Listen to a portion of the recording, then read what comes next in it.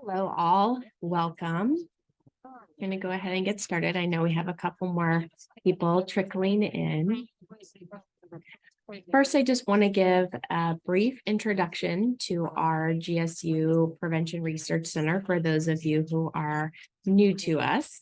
So the Prevention Research Centers are a network of CDC-funded academic research facilities in the U.S. that study how people and their communities can avoid and counter the risks for chronic illnesses.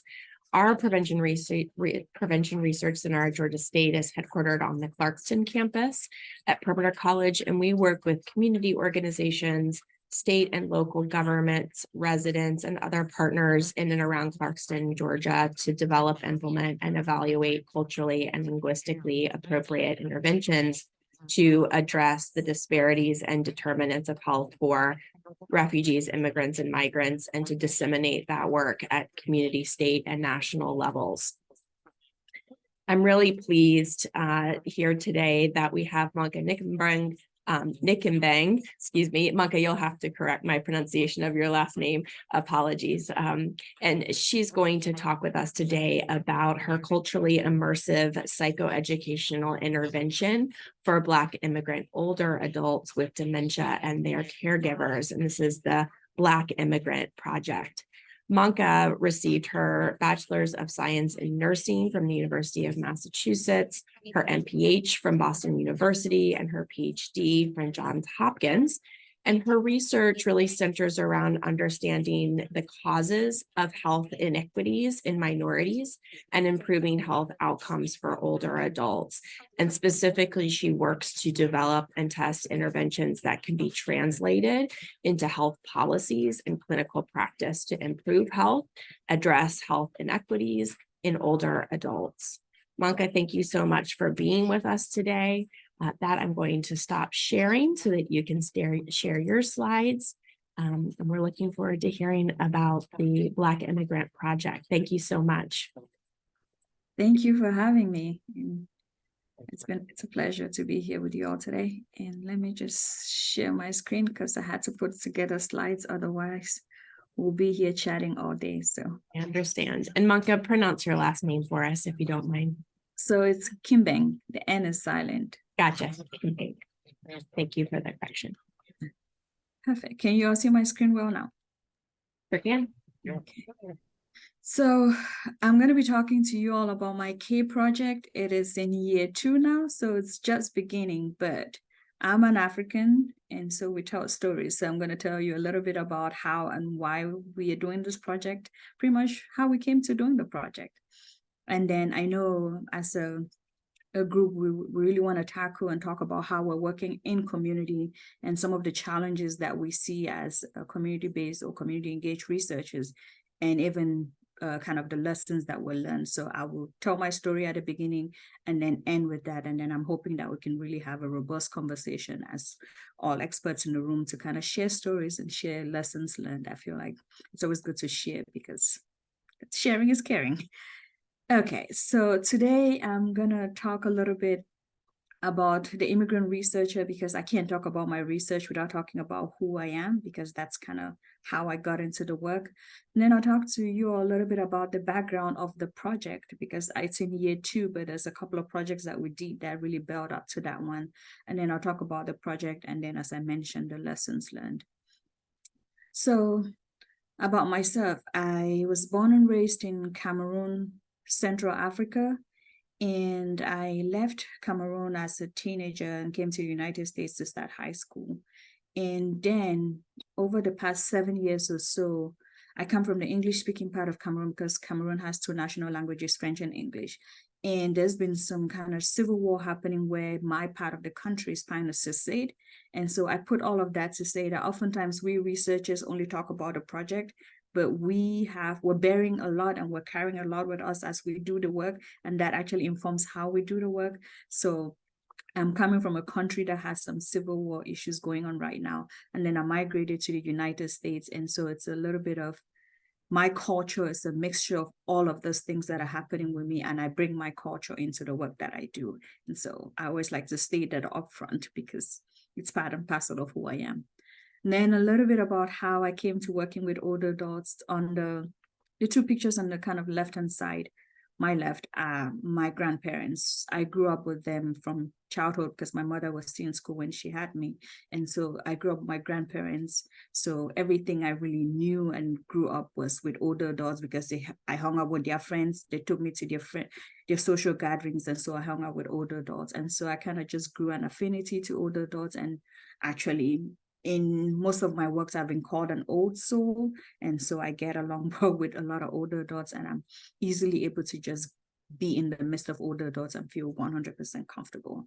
And then on my right, the picture is my great aunt. And how I got into working in physical function is I was a clinical nurse interventionist for a physical function study in Baltimore.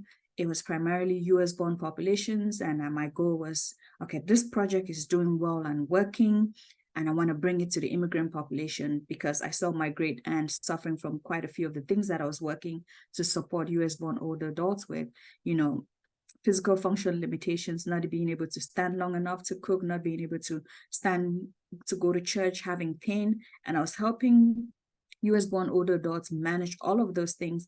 And so as a PhD student, I'm like, why don't I do my dissertation, taking this intervention and adapting it with the African immigrant population? Because what I saw in my great aunt was what I was seeing in the greater African immigrant community that I was part of.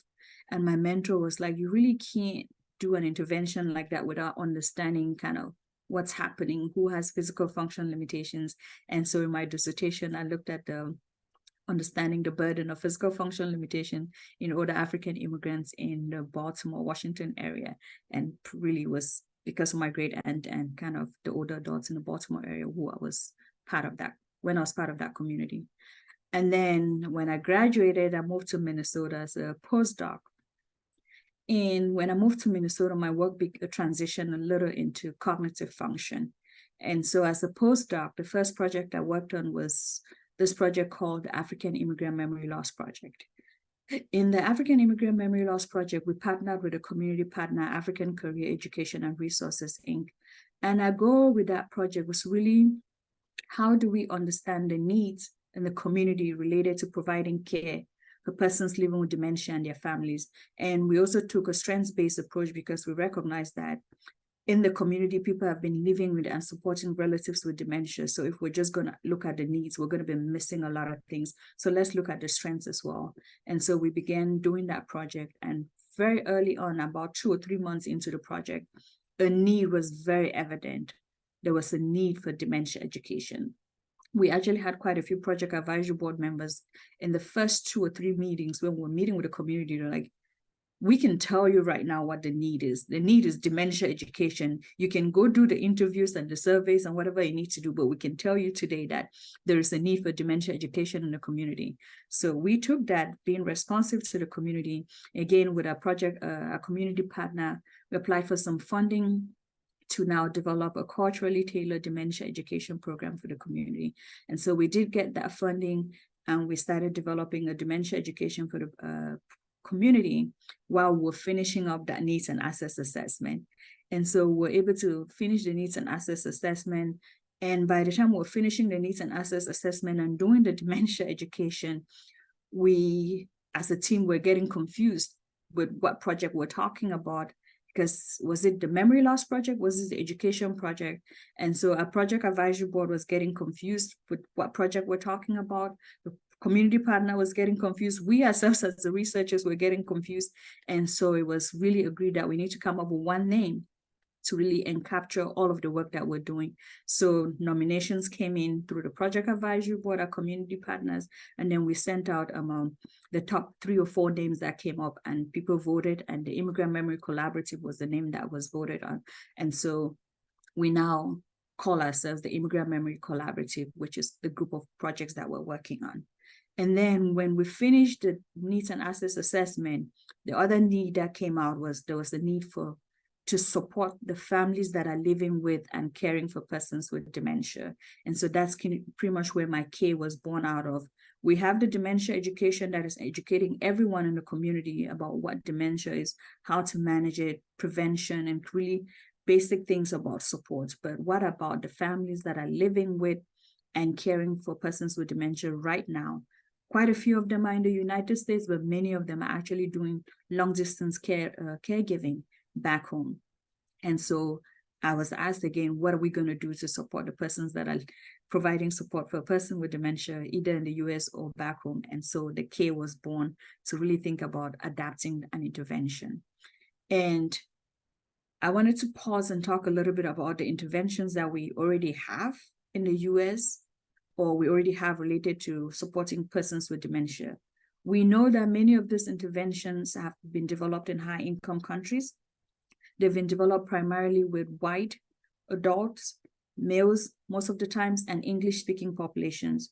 But the population that I'm working with, African immigrants and other kind of older adult populations, it's growing in cultural diversity.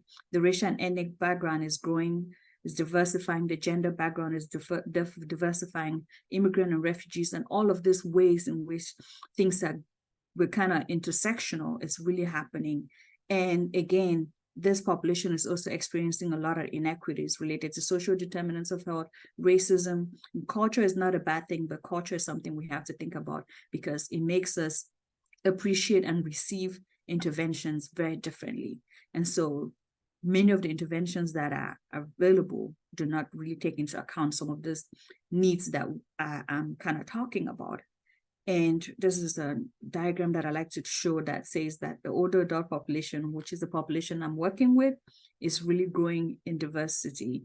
And by 2060, we see how diverse it's going to be. So when we're not thinking about interventions for older adults, but really for the population in general, we need to make sure that we're improving access to it. We need to make sure that we're improving the quality, and we need to make sure that we're really thinking about availability to everyone equitably. And we think I think there are three things that we need to really think about when we're designing the interventions to achieve those goals.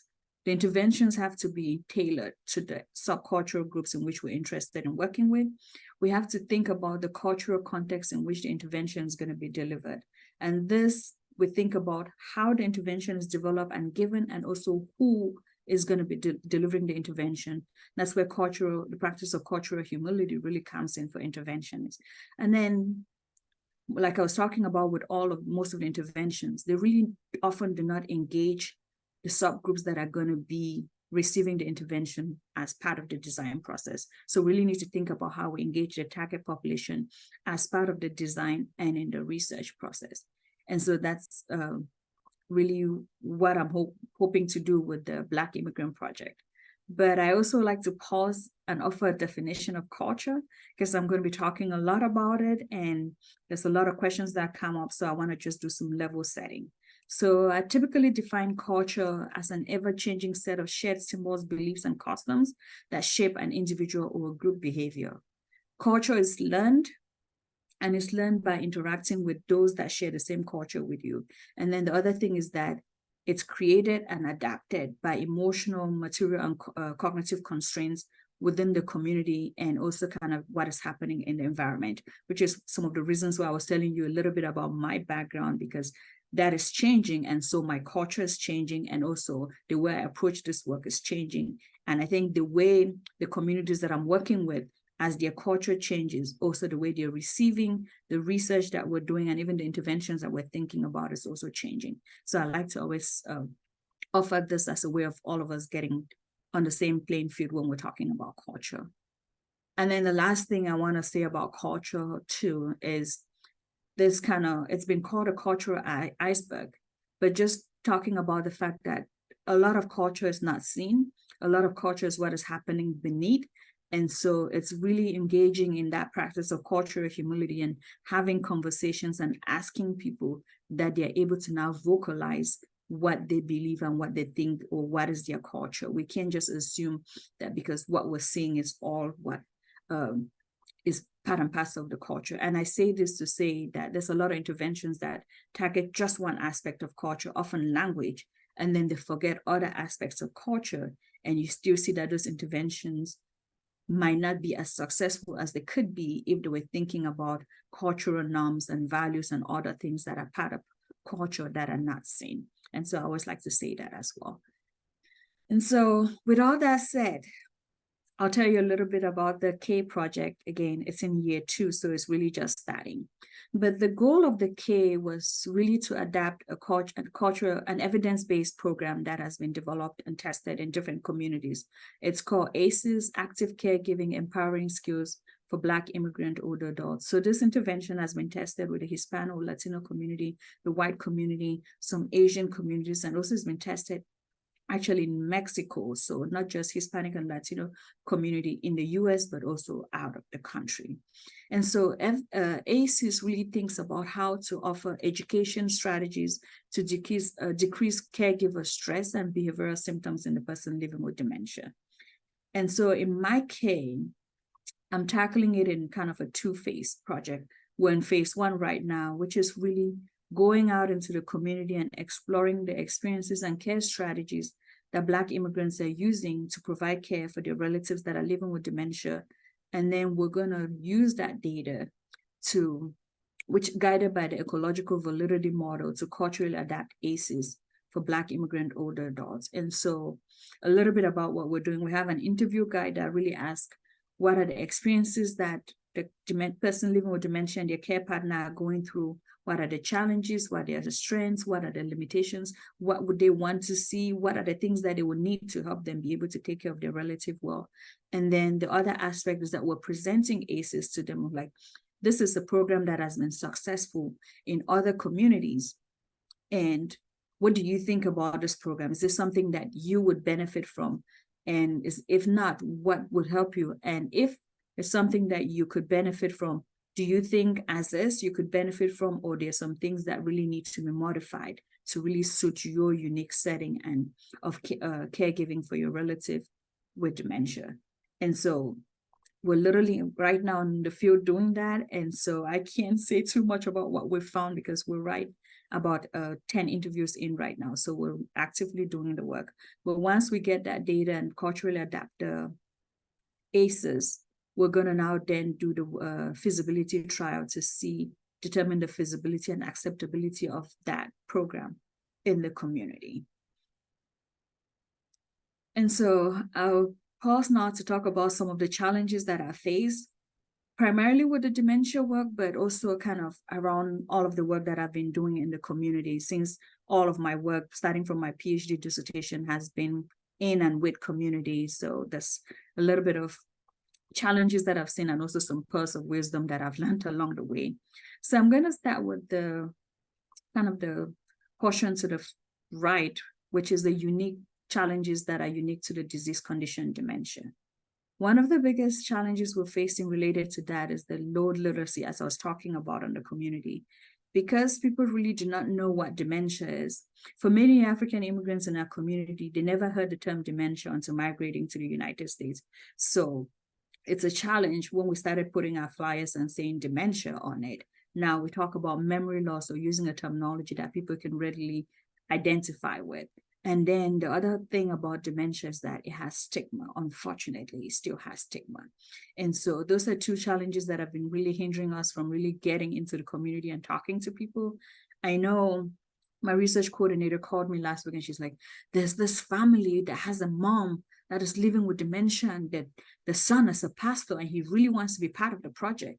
But the siblings said, no, we can't put mom in this project because the community is going to find out. So unfortunately, there's still a lot of stigma.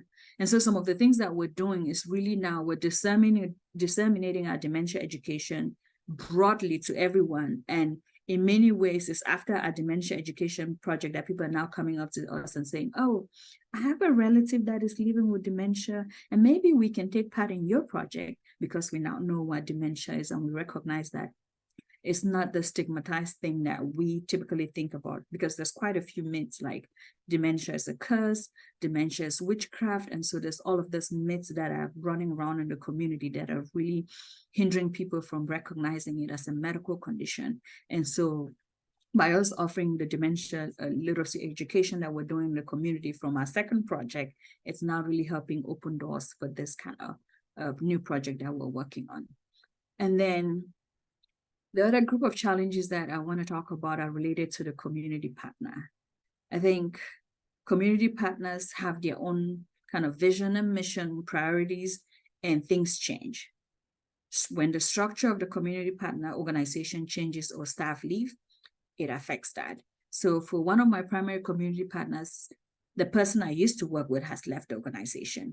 And since then, I haven't been told who's my new contact person. And so it's challenging to continue working on a project when you don't know who you're going to connect with. There are meetings where I have a new person coming into the team meeting, and we're now constantly trying to educate the person. This is what the project is. This is who we need. And so some of those things are really challenging as you work in community with community, because unfortunately, the staff had to leave and go get a new position. And then the community partner also now, like the second bullet point, competing priorities and timelines.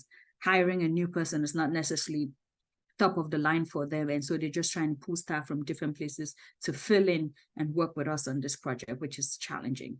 And another thing that I faced, especially during the COVID pandemic, was all of the community partner resources were going into the work of COVID. Very important work, very critical work, but that also meant that our projects and the work that we're doing was the back burner for them.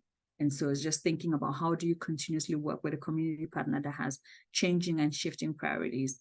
And then the other challenge that I think about that is related to community partner is really when the community-based organization is growing and kind of your project is not longer really for a K like mine, where the budget is really limited.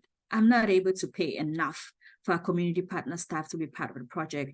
And where they are from growing from a $100,000 budget organization to $1 million organization, their pricing and their price points and the way they pay their staff has improved, which I welcome very well. But that also means I'm kind of getting priced out of their work and the way they used to help me work in the community. And so those are some of the things that we think about or I've been encountering as a researcher working in community and with community. And then the next bucket of challenges that I want to talk a little bit about is those that have lumped recruitment and data collection logistic challenges. For a community that is an immigrant community, immigrant status is typically a very sticky thing. So even for people who are documented, they don't want to provide any protected health information, no name, no address, nothing, just for fear that it might get to immigration. And this gets even more challenging when you're talking with people who are undocumented. And so that's one of the things that I've encountered. It's like, are you going to take my name? Oh, I'm not being a part of your project. And so are you going to take my address? I'm not going to be a part of your project. So those are some of the challenges. And then the other challenge that it falls within that group is this thing about time challenges. For many immigrants in the United States, many of them came to the US, in addition to those who came as refugees from civil war and other kind of war-torn issues. They're people who came here for greener pastures. That means they are really trying to do well to support themselves in the US and their family members back home. That means they probably have 2 or 3 jobs. That means their moms, their students, their aunties and uncles, and they have like this multiple roles that they're really trying to manage. And taking part in a 30-minute survey or 30-minute conversation does not fit in the schedule. And so that's something that I've had to think about. How do I make research fit within these various time challenges that people are facing as a community and trying to support themselves and their families? And then the last bucket of challenge is one that I did not know until I kind of got to the K piece of the project, really the uniqueness of each research project. I've been in the community for past 4 or 5 years now, and I've been doing different projects related to dementia, but each project is very different and each project is received by the community in a very different way. So the Needs and Access project made sense to a lot of people. The dementia education also makes sense to a lot of people. The cultural adaptation project is, for some reason, it's not making sense. And it's trying to think about what are we as a team? Is it how we're communicating it? Or is it just that this project is so different? And so it's really thinking about, whereas some researchers might say, this is a third project in a whole group of projects that we're doing, and it should just fit and everyone should just receive it as a third project. But the community is not receiving it like that. And so we're having to think about what is different about this project? How do we market and think about each project in a unique way because the community is receiving it very differently. And in addition to the community receiving it differently, even the participants are receiving it differently. So we've had to go back to participants who had mentioned that they were providing care to a relative with dementia in the survey or in the dementia education prior, to talk to them about, oh, we'd like to hear about what your needs are, really thinking about how you're providing care to this person with dementia. But they think of it now as a whole new different project. And so it's just thinking about how do we talk about our work in a way that makes sense, can stand on its own, but also builds on all of the work that we're doing in the community. And so those are some of the challenges that have come to mind when I've been doing this work in the community thus far. And so I will transition to some of the lessons that I've learned. I think the first one is that it's been documented in the research literature that partnering with gatekeepers and trusted community partners is a good thing. That's tried and tested, that we've been successful in doing that. Whenever we reach out to community, trusted community partners, we're able to get into the community, we're able to be a part of the community, and we're able to get people to talk to us about our work. And then the next one is having a study team that reflects the study population has also been very helpful, especially in the dementia education project that was created with the project advisory board that was primarily African immigrant. I remember the project advisory board saying that we had to name the dementia education African made. So it's memory and dementia education for African immigrants, made for and by African immigrants. That was very important that we say that, and it's something that the community is taking pride in, is that this is our project, this is what we did for the community. And so really thinking about our research teams and making sure that they reflect the community and that we're bringing the voices into the project. And then some of the challenges that I talked about related to logistics, the time challenges.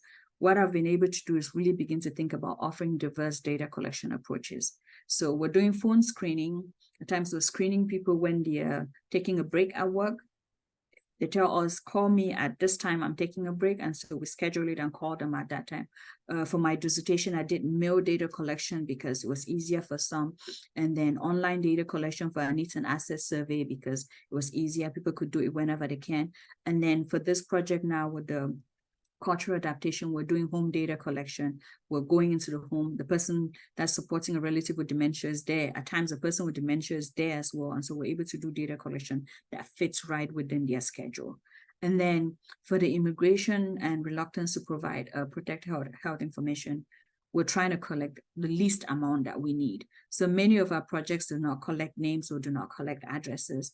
And then we're also giving them physical gift cards that they just sign, so that we show our funders that we're not using this money for crazy things, but that we're giving it to participants, but we're not having them fill out their names and their social security numbers, which is something they're very afraid of.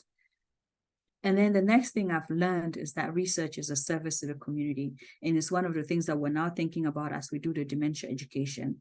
Some of the dementia educations that we're doing is really a recruitment activity, but also it's a service to the community. We're providing dementia education to everyone. At times we do it all for free and we do not have any participants there, but we're happy to do it because we're doing the service for the community. And when we're talking about now also engaging in the community, I like to put the engage model there because it's something that I found very successful. And the engage model is a model that has been used to work in community to do work with dementia. And this engage model N stands for networking. So it says that as a researcher, you want to approach the community and just begin networking. And then the very next thing you have to do as part of the model is giving. And it's giving of your time, it's giving of your services, giving of your resources. So for us, it's giving the dementia education that we have. And at times, for me, it's just lifting up chairs and tables, going out to an event and getting there very early to offer help setting up or breaking down tables after the event. So giving can be really anything. It could just be time. And then after you give, you can now really begin to think about, maybe talk about your research and talk about the importance of research, which is some of the things that I do a lot with the African immigrant community, because again, research for some older adults who have less than a high school education is something that is new. So I'm having to do education about what research is and the need for research. And then again, you give again as part of the model. And then now you can really begin to evaluate and see if that community is ready for research. And so this is a model that I stumbled on, but I think it was something that I had been doing a while back, because I also come out of community advocacy and volunteering a lot from when I was younger with my older adult parents grandparents back home in Africa. I had been doing a lot of volunteering with them in the community. So I don't want to say I've been practicing this model, but it was a model that really put towards some of the things that I had believed in and I was doing. And so I often like to share it with community so that people know that something like this exists. And then the other lesson that I learned is cultural humility is critical. And I say this because at times, as a researcher like myself, who's an immigrant and comes from the community, you could be tempted to think that you know the community that you're working with because you come from that community, but that's not the truth. And so I still have to practice cultural humility. And I remember working with a Muslim community, and I went to a masjid. That was their religious organization and the religious places where they go for services. The very first thing I did was, when I got out, I contacted a person who had welcomed me and asked me to come visit. And I was like, what am I supposed to do inside the masjid? She's like, oh, did you bring a scarf? I was like, no, I don't have a scarf. And she's like, you need to always have a scarf over your head. So really thinking about that cultural humility, and never at any point thinking that you know just because you come from that community is very, very critical. And then the other thing that I've been learning along the way is really building community is critical. As I do this work, I've been really engaging and learning from a lot of community of researchers that are doing work with the African immigrant community. It's been really important that we share our experiences, share our challenges, share our solutions to those challenges, and begin to learn. And then the other thing I've been doing is really just coming together and talking to all of my community partners. As I build new community partners, I'm really sharing. This community partner was able to reach this HR person to help them do this. Maybe you should talk to them because you need a similar service. So really connecting the community organizations as well, so that I can really help them function at their peak is some of the things that I've been doing as a way of building community, not only for myself, but also for the community, because I come from the community, and when the community succeeds, basically we all succeed. And then the other thing that I've learned is celebrating milestones, which is something I was very hesitant to do, but my community partners, like, we celebrate every milestone that we achieve. And so it's something that I'm now growing to do. And this is a picture of us at the end of our dementia education project. We developed a education curriculum that is a PowerPoint presentation that we give. And we also developed a little booklet that we hand out to participants. And I was told we have to celebrate this as a book launch party. So this was some of the people who came to our book launch party. We had a feast, food, music, dancing, talking, and really just celebrating the work that we've done. I mean, everyone who was there loved it. The community partner was able to say we're the first of its kind in the community doing this kind of work. So it's really something that I didn't realize how important it was for my community partner until we did it. And I recognize really how much press they got out of this event and how it's also served them going forward. So it's really just thinking about celebration, not just as, oh yeah, we've done this, but what can a celebration do for the work that you're doing in the community? And then I just want to take a pause and thank everyone who's been involved in our project. We've had quite a few project advisory board members across the 3 projects. We had a bunch of key informant interviews, conversation. We've held many community conversations, and so we've had quite a few participants, and we have a few of our community partners on the screen there, ACER, Restoration for All, and there's many, many churches and mosques that I can't even name them. And then our study participants also have been really, really, we thank them for being part of the project. And the picture on my right is of me doing a dementia education in Wisconsin with primarily men who were of Somali descent, and it was interpreted, it was live interpretation. I was speaking in English, and then we had an interpreter translating it into Somali there. And it was a great session because many of these men had never heard of dementia before coming to the US. And all of them kept on coming up to me after. I'm like, thank you, thank you, thank you. Thank you so much. I really appreciate it. And so I just shared that picture there. And then I like to end with this quote. As I was talking about cultural humility and really the way we do research, it's important that we do it in a respectful way. This is a quote from a participant that I was very surprised when they came and pulled me out from the room after we're done with this. I had finished collecting his survey. He handed me this note. You can see how twisted it is because he had crumbled it and really squished it, and he gave it to me, and then he ran away. And by the time I opened it up, I like the way you handled my case. Keep it up. So it was something I just hold with me to make sure that I treat every study participant in a very respectful way, because they see it, they value it, and it's also important that we do this work in a way that it serves the community and also respects the person. So I'll stop there and just let us have a conversation. Thank you, Manka. That was so interesting, and much of the challenges and solutions that you offer resonate with many of us in our prevention research center work, with both the surveys, the interviews, the interventions we've done. I if I could have done those slides, they would have looked just like yours, that challenges slide. So that really resonated with me. So thank you for sharing those, and for the solutions that you offer to address some of those challenges. Everyone feel free to use the chat or the Q&A function if you have any questions for Manka. While people are marinating on questions, I wondered, I know you're just now getting started.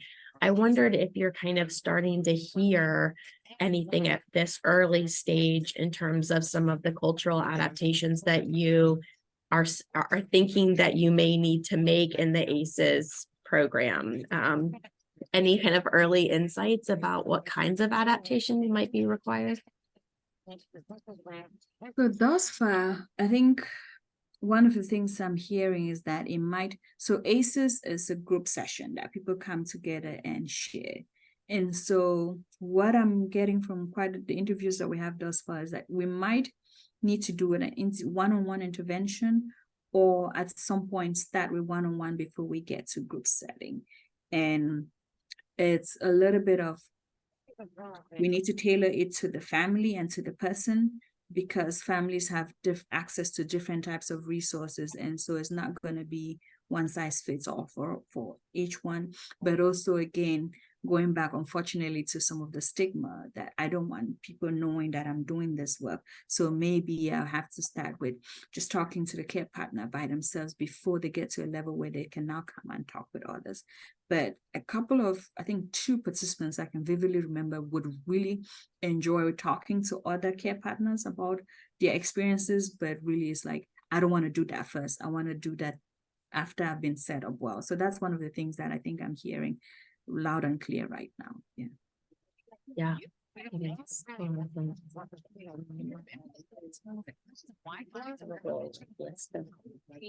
I wanted to ask you about.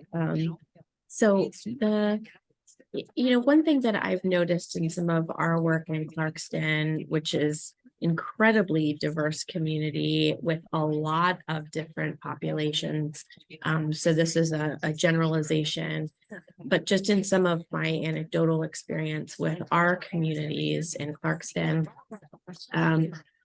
it seems to me that compared to my upbringing as a US born white woman, we work with a lot of multi-generational households, more so than what I see in US born families, at least in Clarkston. That's my experience. And I wonder if your sense is that maybe because of some differences in the way generally Westerners could interact with the elderly, if you think that there's kind of a greater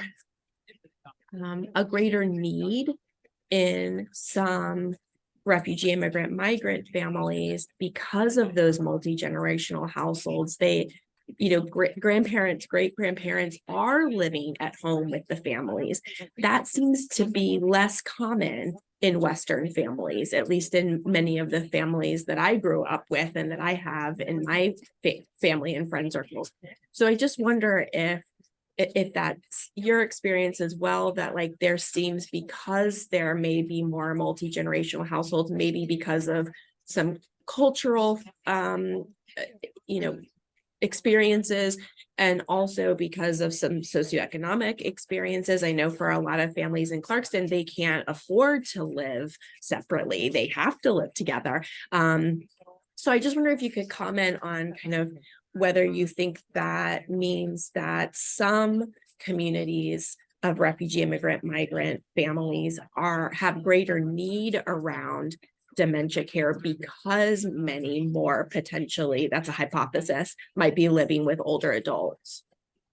So it's interesting. I think from our work, we've seen that that's a cultural thing where it is expected that adult children or the spouse of an adult child, depending on what part of the continent you come from, an adult child has to provide care for the older adult once they get old. Again, the quote that I have from our Dementia Education Project, because we talk a little bit about what the expectations are and then what you can do as a care partner.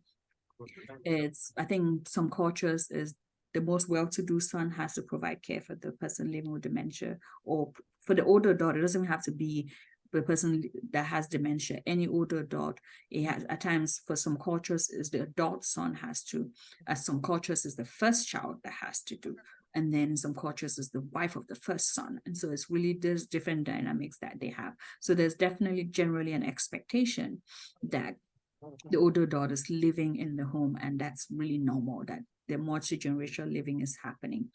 But the other piece of that is also the way people migrate to the United States. But many older adults migrated to the United States through family reunification after their kids who came here for greener pastures now settled down, have families, and now they're having kids. And the daycare system in the United States is so expensive. And so for many immigrants, not only in addition to the fact that they want their parents here to be with them, also having an adult parent, an older adult parent here is childcare, which is also helpful for the family. So many older adults are coming as family reunification, and so they're coming to stay in the homes of their kids who bring them here. And so we have that dynamic. But the flip side of that is that it's also at times beneficial. So I've seen one of the ladies I talked to, they have about 2 or 3 siblings in the US and then one in the UK. And their mom has dementia. And so the mom lives in 3 different places every year. And so they take turns providing care. So the mom is with one child for several months, and then they go to the next child for another several months. And so they divide caregiving. And so in that way, it's supportive because not one person is doing all the work. So, but I do recognize that from what I've seen in our community, it's really the multi-generational living, and depending on the number of care partners and how they're able to support, that has also been able to be a benefit to the community. But that also, I think about, for my project, I know we left room to interview 2 or 3 care partners for one person living with dementia, just because of that, because we know that there's multiple people who are providing care to the person living with dementia. So I think we've interviewed in 2 or 3 of the participants that we have been a couple providing care to either the wife or the husband's parent that is living with dementia.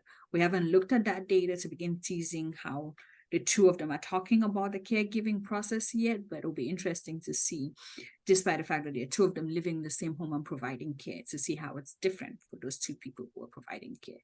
But I do agree the multi-generational living is very common and it's cultural. That's interesting too, that there have been a lot of articles coming out lately about kind of the sandwich generation of middle-aged adults who are both taking care of aging parents and still taking care of younger children.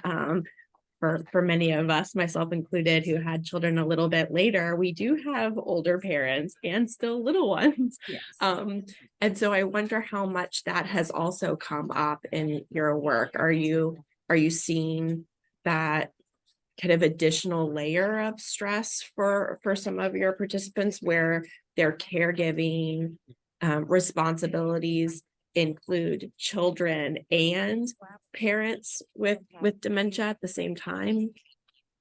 Indeed, yes, we have seen that. I think that's one of the challenges we noted in our needs and access assessment, how the care partners have multiple responsibilities. Again, is taking care of their children, a spouse, and then working, and then now caring for a person living with dementia. So yeah, it's one of those things that we've seen as a challenge for the community, but it's really thinking about how do we support that is what I'm hoping that we can make sure that we think about in our interviews. Again, not having done the analysis, I don't think I know exactly what's in there related to a lot of the challenges right now. But I know in our dementia education, the one thing we do say and we recommend is that care partners do not pour from an empty cup. So really thinking about how do you support yourself as the care partner of a person living with dementia, and depending on who we're talking to. I remember having a conversation with one care partner who was like, I just want an hour to go out with my friends and get coffee. And so it's having a conversation, thinking about how do we structure your caregiving that you're able to now have an hour to go out and go get coffee, which is something that you feel like will recharge you. But the other interesting thing in the multi-type caregiving or the multi-generational homes is that for some families with dementia is the child. So it's not the adult child of the person living with dementia, is the grandchild of the person living with dementia that picks up the dementia or picks up the symptoms, because again, they're hanging out with grandma while mom or dad is at work. And so they're like, oh, grandma keeps saying the same things. Grandpa keeps saying the same things, or grandpa left and went for a walk and I have not heard from them or I haven't seen them. So in some cases, is the grandchild that is picking up the symptoms. So in that way, it's also a good thing, which is one of the reasons why our dementia education is educating everyone about what the symptoms are, because you never know who's picking it up. But we've had quite a few scenarios where it's the grandchild that is picking up the symptoms because they come back from school, mom or dad is not around, and they're staying with grandma, and they begin to pick up, oh, grandma is not making this dish as good as they used to because they're maybe putting in out too much salt or something, because they're forgetting and their memory. So it's some of those dynamics where this multi-generational care it's good, because you can offer some things like being able to share caregiving and also identify dementia from the point of view of a grandchild recognizing for the parent. But the caregiver or the person that is in the middle, which is a child, could also be struggling because of the responsibilities that they have here. Fascinating. Yeah, that's such a great point. I hadn't thought about that, but that's definitely true in our many of our communities. It's one of the grandparents, usually a grandmother, who's meeting the school bus to get the kids. So that's very common for us in Clarkston too. Yeah, great point. And do you have, so one thing that you mentioned that really resonated with me was some of the reasons for stigma around dementia, and some beliefs around it being witchcraft or and I think that's something that when we were doing a lot of work in the community to address vaccine hesitancy during the early stages of COVID, those were kind of common beliefs and attitudes about the vaccine were really centered around some misinformation that was kind of culturally driven and or being shared through social media and kind of catching fire in certain communities, and that we were working really hard to not convince people to get the vaccine, but just to make sure people have accurate information. Mm-hmm. So I wonder, how you all are tackling kind of those particular challenges with the community around beliefs and attitudes regarding what dementia is, where, what's happening in the body, and kind of how you're trying to counteract these beliefs about it being due to sorcery or witchcraft or other kinds of things that are maybe not as scientifically accurate, but while still being obviously sensitive that these are beliefs that many people may have had for a long time. I think in the community, we had recognized that it appeared that a lot of it was misinformation and low literacy around dementia, and potentially health literacy in general. But when we were developing the dementia education, that was the question that we had, because in the development of the dementia education, we had 10 key informant interviews and then 4 community conversations about how to develop this education in a way that is culturally appropriate for the community. And key informants included the Islamic leaders, church leaders, executive director of organizations, and various leaders in the communities. And so that was one of the questions we asked them. And the unanimous suggestion was name it, discuss it, and then tell people why it's wrong. Because I think they had mentioned that the biggest thing is that people just gloss over it and they're not naming it. And so in our dementia education, there's a whole slide about what do you think causes dementia? That's the question. And then I bring up all of this. It's a curse, it's witchcraft, some of the things we heard, you've done a lot of hard drugs. It's God's will, that's another one. This kind of fatalistic mentality, it's whatever is going to happen is going to happen. And so we really take some time to discuss that, what people have heard of, what they know of, what they think. And so really have a conversation about it. And so people talk about all of it. Some of it brings up some laughter, but we really have a robust conversation about these are the things that people are thinking in the community. And then right after that, I bring up a picture of the brain and I begin to discuss what dementia is and how the symptoms that you're having are going to be related to the part of the brain that is having issues. And so it's after that people are like, oh, okay, that makes sense. So that's not what is happening. And so that's one of the comments I get after many of the dementia educations, is the fact that we're talking about all of those myths. They're like, yeah, you know what you said, I heard it in the village and now I know differently. So that was the recommendation, and that's what we're doing, really discussing all of the myths and debunking them.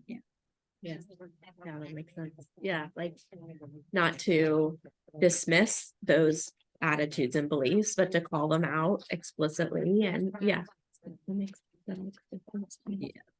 And I think that was the thing that people were saying, is that for the community that it's often not included in a lot of research, people just dismiss all of their ideas. And even if they're ideas that are not valid, people are dismissing them. And that if we were to dismiss all of it and just say that's not it without really having a conversation, people are still going to feel dismissed and then still kind of go back to those same beliefs. It's really in that deep dive of talking about why people have those beliefs and all of those. And even some people talking about how they came to having the beliefs. And it's like, oh, I believe 100% in Allah. And so I feel like anything that happens to me is Allah's will. And so it's really breaking down what that means and really talking about, but Allah also created doctors and health practitioners and medicine and all of those things that he would like you to be able to reach and have access to them. And so really having that deep dive conversation about the whole context versus just saying no. Right. It's a more respectful and bi-directional dialogue, right? As opposed to a more hierarchical one. Like, I'm just going to tell you what dementia is.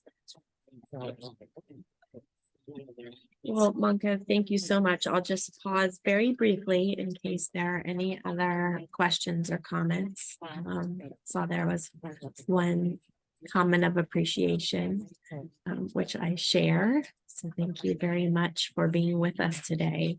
This was just a very interesting and very helpful conversation. I took a lot of notes about some of the theories and models that you're using, so that I can educate myself a little bit more about some of those. And I really cannot wait to hear. I hope you'll come back and share the results of your project with us, since you're still in the early stage. Maybe you can come back in another couple of years and share what you've learned and how the intervention went. And I am very curious about the other adaptations that you may need to make. So I hope you'll come back and share those with us. Thank you for being here. No problem. It's my pleasure. Thank you. And, for those of you who, for whom this is not on your calendar, you may want to put a hold on your calendar for our first 2024 brown bag that will be on January 11th at 11 Eastern Standard Time. We have two presenters that Thursday, one focused on contraceptive use educational intervention for African immigrant women with low literacy, and the other focused on cervical cancer screening in African American and Sub-Saharan African immigrant women. So a focus in January on some women's health, reproductive health issues. So please join us for that. If you would like to be sent the information about that and all the subsequent brown bag webinars, if you're not on our listserv, please feel free to shoot me an email. I'll make sure that you get those. And our website for our Prevention Research Center is also here in case you want to check out what else we're up to. So again, thank you, Manka, so much for your presentation today. It was so interesting and we appreciate your time. And thank you to everyone who attended today. And we'll also be posting this video on our website for folks who couldn't attend live. So thanks so much. Have a great rest of your week, everyone. Thank you, Manka. Thank you. You have a good one. Yeah. Thank you. Same to you.